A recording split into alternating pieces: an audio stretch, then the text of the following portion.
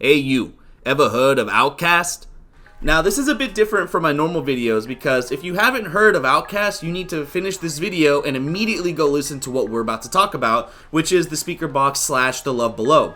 Now this album was Outkast's 5th studio album that was released in 2003 and is an 11 times platinum album with hits like Hey Ya and The Way You Move coming from the album.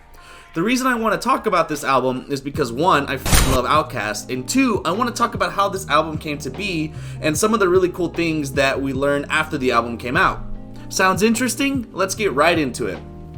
So this album is unique because it is 2 solo albums put into one, Speakerboxxx being Big Boy's and The Love Below being Andre 3000's. For Speakerboxxx, Big Boy kept a lot of the Outkast style alive, inviting on newcomers at the time like Lil Jon, Ludacris, and Killer Mike, who was Big Boy's prodigy, and harnessing that southern rap sound.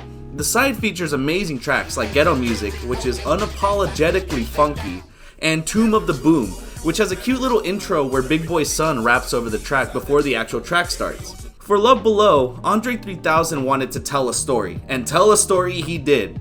He did not care for what genre of music he was making. He was telling the story of the gangster of love, falling for a woman so perfect he questions his ways.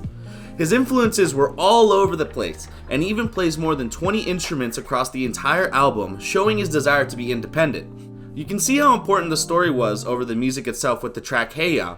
When he first showed that track to Killer Mike and Big Boy, they loved it, and Killer Mike thought he could put a really good verse to it, but 3000 declined.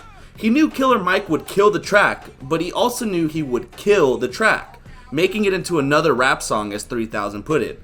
Roses, Hey Ya, Vibrate, all amazing tracks on The Love Below, but what really makes the album are the skits thrown in between the music, actually telling the events on what caused the gangster of love to change his ways.